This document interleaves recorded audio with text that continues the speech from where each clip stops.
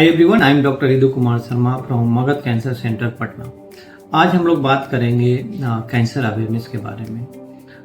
Cancer आज के समय में एक बहुत ही बड़ा स्वास्थ्य समस्या है और पूरे विश्व में हर साल 20 मिलियन से ज़्यादा कैंसर के न्यू केसेस का पता चल रहा है और उसमें से लगभग 10 मिलियन के आसपास डेथ्स हो रही हैं कैंसर की वजह से। हमारे देश में भी दिन प्रतिदिन कैंसर के केसेस बढ़ते जा रहे हैं और एक नेशनल कैंसर रजिस्ट्री प्रोग्राम के डेटा के अनुसार हर 10 में से एक व्यक्ति को लाइफ टाइम कैंसर होने का रिस्क है। तो आप समझ सकते हैं कितना बड़ा संख्या में कैंसर होने की संभावना है। कैंसर होने का जो रिस्क है, संभावना जो है पुरुषों में स्लाइटली हायर होता है as compare to female patient. तो पुरुषों में महिलाओं से थोड़ा रिस्क ज़्यादा है। तो पुरुषों में लाइफ टाइम रिस्क जो है कैंसर होने का वह है 16%, 16% और महिलाओं में यह है 14 से 15% के आसपास। तो कौन कौन से कैंसर जो हैं वो कॉमन हैं महिलाओं में और कौन कौन से कैंसर जो कॉमन है पुरुषों में। तो महिलाओं में जो मोस्ट कॉमन कैंसर है वह है ब्रेस्ट कैंसर, सर्वाइकल कैंसर और ओवेरियन कैंसर। उसी तरह से पुरुषों में जो मोस्ट कॉमन कैंसर है वह है ओरल कैविटी का कैंसर, मुंह का कैंसर, फेफड़े का कैंसर, लंग कैंसर और प्रोस्टेट कैंसर। तो कैंसर होने के क्या क्या रिस्क फैक्टर्स हैं, what are the risk factors for cancer. तो हमारे देश में सबसे जो मुख्य रिस्क फैक्टर है वह है तंबाकू। तंबाकू आप किसी भी फॉर्म में लेते हैं, चाहे वो बीड़ी हो, गुटखा हो, सिगरेट हो, उसकी वजह से कैंसर होता है। खास करके मुंह का कैंसर, ओरल कैविटी का कैंसर, लंग कैंसर में इसका सबसे ज़्यादा रोल है। इसके अलावा अल्कोहल, कुछ इन्फेक्शंस हैं उनकी वजह से भी कैंसर होता है, जैसे hepatitis B virus infection, human papilloma virus infection. तो ह्यूमन पेपिलोमा वायरस इन्फेक्शन से बचने के लिए आपको HPV वैक्सीन अवेलेबल है जो कि लेना चाहिए। तो इस तरह से हेपेटाइटिस बी से बचने के लिए हेपेटाइटिस बी वैक्सीन अवेलेबल है। कुछ कैंसर जो होते हैं 8 से 10% कैंसर वो आनुवंशिक होते हैं, जैसे ब्रेस्ट कैंसर, प्रोस्टेट कैंसर। खास करके ब्रेस्ट कैंसर हम देखेंगे कि अराउंड 5 to 10% केसेस में वह हेरिडिटरी होता है, अनुवंशिक होता है और खास करके ब्रैका म्यूटेशंस, ब्रैका जीन की म्यूटेशन की वजह से होता है। सिमिलरली जो है एक अदर जो रिस्क फैक्टर है कैंसर का वह है मोटापा, वजन ज़्यादा होना, ओबेसिटी होना, उसकी वजह से भी कैंसर होने की संभावना बढ़ जाती है।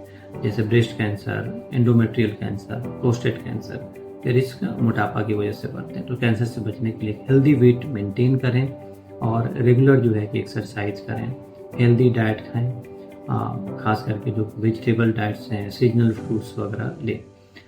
डब्बा बंद जो खाना है या फिर जो आपका प्रोसेस्ड फूड है उससे बचना चाहिए। इसके अलावा और जो इम्पोर्टेंट रिस्क फैक्टर्स हैं, कुछ कैंसर्स जो है आपको ऑक्यूपेशनल भी होते हैं, जैसे जो लोग asbestos industry, cadmium industry, Nicholls में, रबर इंडस्ट्री में काम करते हैं उनको भी कैंसर होने का रिस्क ज़्यादा होता है। रबर इंडस्ट्री खास करके जो पेंट वगैरह होता है उसकी वजह से भी कैंसर का रिस्क बढ़ता है। सो कैंसर के रिस्क को रोकने के लिए ज़रूरी है कि आप रेगुलर एक्सरसाइज करें, खुश रहना, हैप्पी रहना बहुत ज़रूरी है। अल्कोहल और तंबाकू से दूरी बनाएं जिससे आप कैंसर से बच सकते हैं। HPV vaccination, hepatitis B vaccination लेना ज़रूरी है। उसकी वजह से भी हम लोग उसके वजह से भी हम लोग कैंसर के रिस्क से बच सकते हैं। यदि किसी को कैंसर का पता चलता है या अर्ली स्टेज में उसको कैसे डायग्नोस किया जाए, तो अर्ली स्टेज में कैंसर डायग्नोस करने के लिए आपको उसके डेंजरस साइन सिम्टम्स पता होना चाहिए। तो what are the dangerous sign symptoms for cancers. तो यदि किसी भी व्यक्ति को शरीर में कोई गांठ है, गिल्टी है, तो उसको नज़रअंदाज न करें। खास करके पेनलेस लंप, दर्द रहित गांठ, तो वह भी एक कैंसर का एक लक्षण या साइन हो सकता है।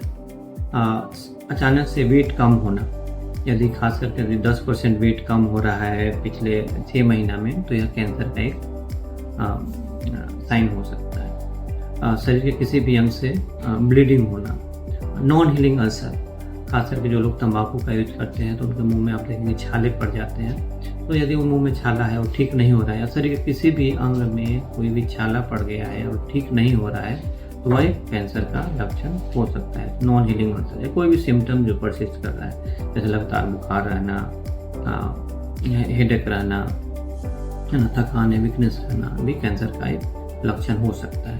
इसके अलावा कैंसर के और भी लक्षण होते हैं, जैसे खून की कमी होना, प्लेटलेट्स की कमी होना, ब्लड कैंसर वगैरह में ऐसा हो सकता है। तो यदि इस तरह का कोई भी साइन सिम्टम्स हो तो अपने डॉक्टर से संपर्क करें, अपने डॉक्टर से मिलें। यदि कैंसर को अर्ली स्टेज में डायग्नोज किया जाए तो उसको कैंसर को ठीक किया जा सकता है। आज की तारीख में कैंसर को क्योर करने के लिए बहुत तरह की मोडेलिटी पद्धति उपलब्ध है, जैसे कैंसर का surgery, cancer chemotherapy, cancer immunotherapy, cancer के लिए जो है टारगेटेड थेरापी, इम्यूनोथेरापी में खास करके इम्यून चेकपॉइंट इनहिबिटर्स और कार टी सेल थेरापी का यूज होता है। कैंसर के लिए रेडिएशन थेरापी अवेलेबल है। जो पेशेंट एडवांस स्टेज में होते हैं उनके लिए पैलिएटिव केयर की फैसिलिटी होती है।